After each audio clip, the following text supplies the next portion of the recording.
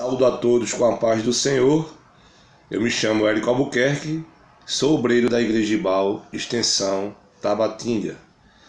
Dando continuidade à nossa série de vídeos no quadro Contexto Teológico, hoje estaremos trazendo um pouco da historicidade e do comissionamento de um dos maiores profetas da Bíblia, do último juiz e de um sacerdote, onde com sua postura e obediência a Deus, ele vai ter um papel importantíssimo na trajetória futura do povo de Deus. Estamos nos referindo ao profeta Samuel. Dando início pelo primeiro livro do profeta, nós iremos entender o seu comissionamento, a sua missão e o contexto no qual o mesmo foi inserido por Deus para que pudesse servir de voz do próprio Deus para a orientação do seu povo. Antes de adentrarmos efetivamente no livro de 1 Samuel, precisamos voltar um pouco para que entendamos como foi essa transição. Como vimos anteriormente, no período de Juízes, onde após a morte de Josué, o povo de Deus vai tomar posse da terra de Canaã, o povo não põe em prática os ensinamentos de Josué, que eram subjugar o restante dos inimigos que ainda habitavam em Canaã e passarem a tomar posse da terra de uma forma efetiva, subjugando os cananeus, os heteus, os heveus e outros povos inimigos. O povo de Deus vai fazer justamente o contrário. O povo vai contrair matrimônios, vai de uma forma ou de outra se envolver ao invés de subjugar. E isso trará ao povo consequências desastrosas de aproximadamente 310 anos de cativeiro, onde nós vamos ver na Bíblia um dos períodos de maior anarquia social que o povo de Deus pôde viver. E é nesse contexto, nessa transição, que entra em cena o profeta Samuel. Samuel, na verdade, é o último juiz, primeiro profeta. Samuel é um líder espiritual e político, como também Samuel demonstra a característica de um sacerdote. Samuel, ele vai nascer filho de Elcana e de Ana, onde a Bíblia já inicia com um grande milagre, pois sua mãe Ana era estéril, e ela ora ao Senhor e promete que se Deus conceder um filho, ele serviria a Deus por toda a sua vida.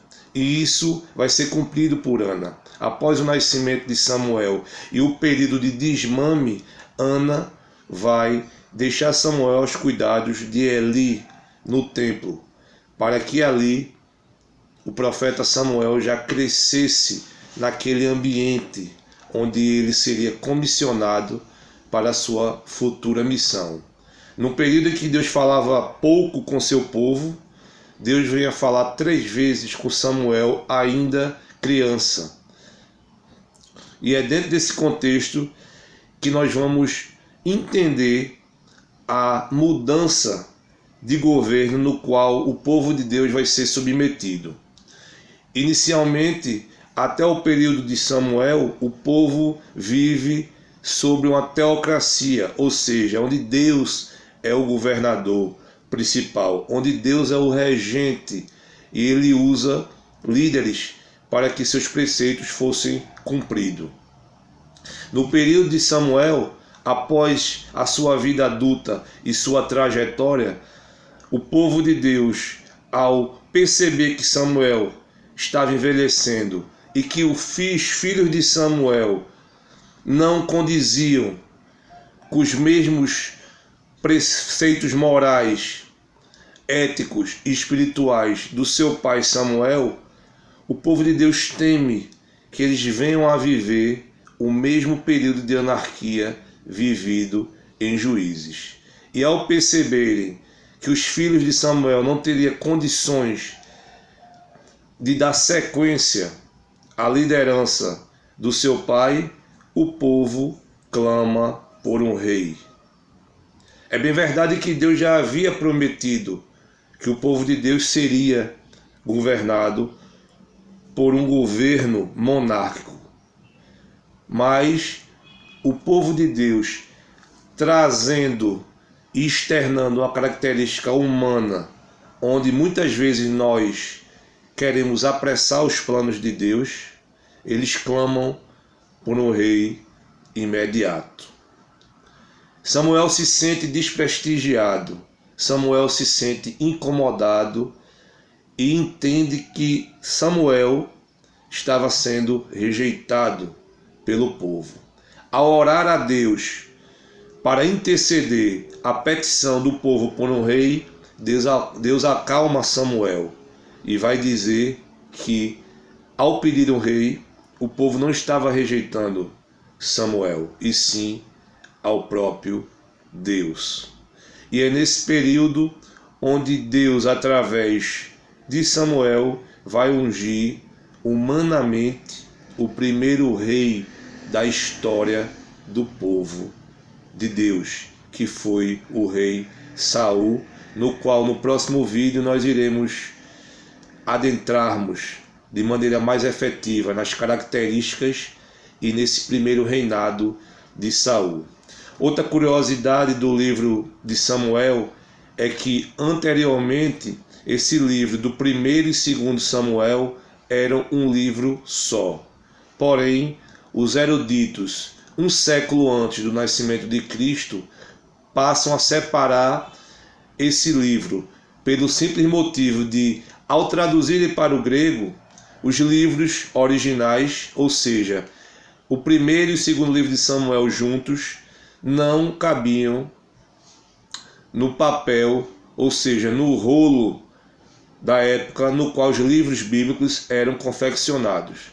Por conta disso, os eruditos vão justamente separar esse livro.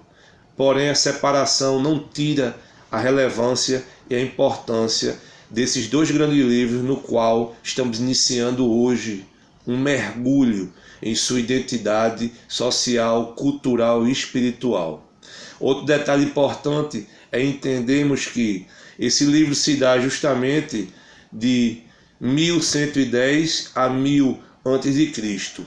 É nesse período que Samuel é levantado por Deus para orientar o povo sobre essa transição que haveria de acontecer. Samuel vai trazer também para o povo as consequências negativas que a figura de um rei poderia trazer para o seu povo. Pois seguir um rei e sua obediência traria uma consequência diferente da que o povo já havia vivido, onde eles precisariam se submeter às ordens, diretrizes e julgos impostos pelo rei.